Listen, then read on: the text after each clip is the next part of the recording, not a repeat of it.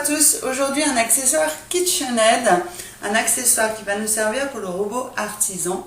Il s'agit du kit pâte fraîche de KitchenAid, donc, qui permet de faire des pâtes fraîches avec des formes comme les penne ou les macaronis. On en reparlera. Donc l'accessoire le plus important, c'est le carter. On a également une vis de serrage, un ustensile multi-usage, un coupe-pâte et évidemment le plus important, les emporte-pièces pour faire ces formes spéciales.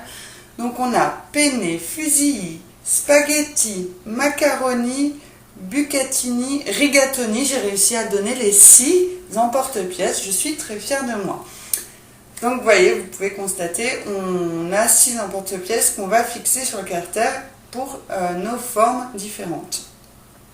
On a évidemment, on a une boîte de rangement pour mettre ces emporte-pièces qu'on peut ranger sur le carter. Ça prend moins de place, au moins en tout cas ils sont les uns à côté des autres.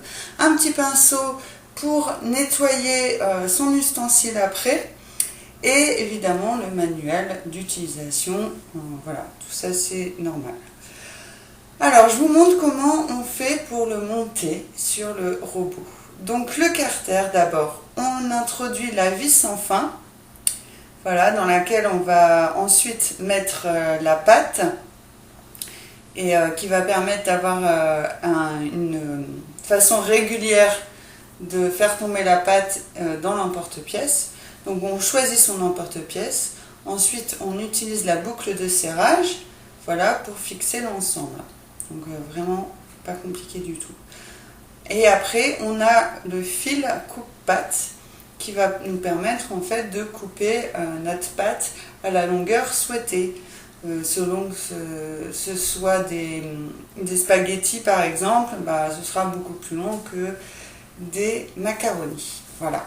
Alors, sur le robot artisan, donc devant on a toujours notre petit, ça s'appelle le mandrin, donc on doit dévisser la vis de serrage, le petit couvercle. Donc là on a le mandrin dans lequel on va mettre le carter grâce au bras. J'utilise des termes hyper techniques aujourd'hui.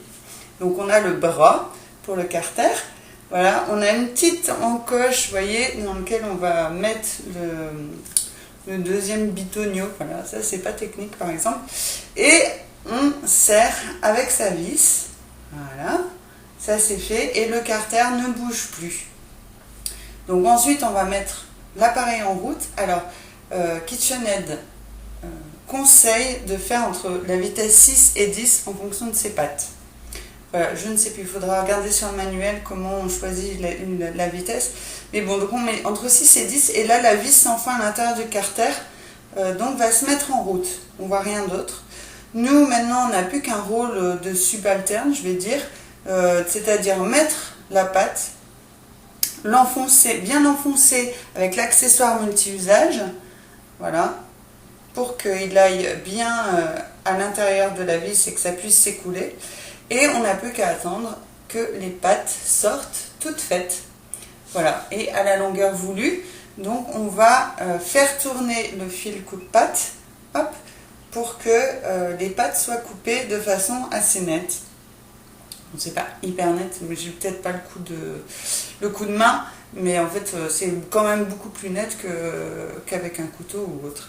Donc voilà, et ensuite il faut juste soit reposer ses pâtes sur le plan de travail, par exemple si on a des petites pâtes. Si par contre on a des spaghettis ou des bucatini qui sont beaucoup plus longs, dans ce cas-là on les fait reposer par exemple soit sur un accessoire sèche-pâte, mais bon, on peut le faire aussi bien sur son dossier, sur un dossier de chaise ou sur les poignées de porte de cuisine, ça va très bien. Et voilà le résultat.